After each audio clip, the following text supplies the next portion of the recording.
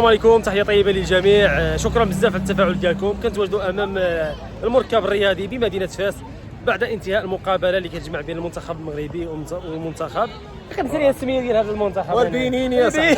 انا كيجيني بحال شي اوكله هذا والله الا المنتخب. سمعوا لنا خوت بحال شي اوكله بنيني، ولكن تنكر الفراي.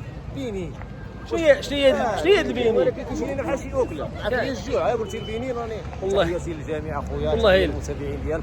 كان ماتش طوب، تفرجنا الصراحه. المهم انا شفت راك جيتي الماتش الاول، راه جيت. اعطيني مقارنه بين الماتش الاول والماتش الثاني. لا هذا زايد. لا ماشي من ناحيه التنظيم وكذا. ناحيه التنظيم انا كنعطي واحد 10 واحد 100% تنظيم في المستوى.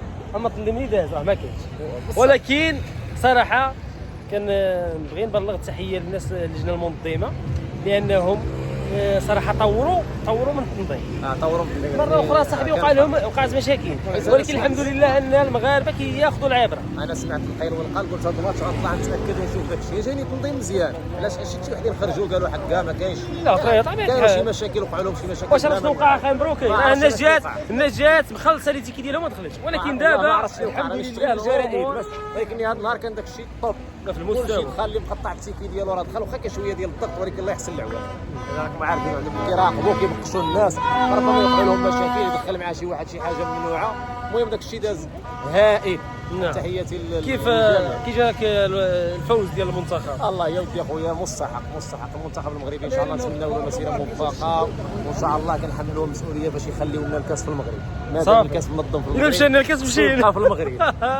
الا مشينا الكاس مشينا. وهذيك الهديه اللي كنا قدمنا للسي وليد الركراكي، راك شتي. والله الا خويا قدمنا واحد الهديه باش خلاكم تدخلوا عنده غير. شوف اخويا، ماشي خلينا ندخلوا، كاينين الناس ماشي اصحاب السيبه لا ماشي السيبه.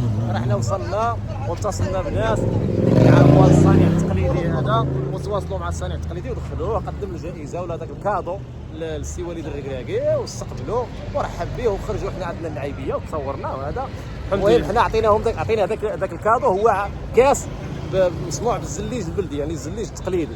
حملناه المسؤوليه. هذه الرساله تما قلنا له هذا الكويس يبقى هناك. هو راه فهم الميساج. تحياتي لوليد الركراكي وتحياتي لاولاد وليد الركراكي. صراحه الاخوان تنظيم في المستوى اليوم، امور رائعه، الناس فرحانه ناشطه، وهذا الشيء اللي نبغيوه حنا، وما كرهناش انه يكون تنظيم زايد على هذا الشيء مستقبلا. وتحياتي للجميع.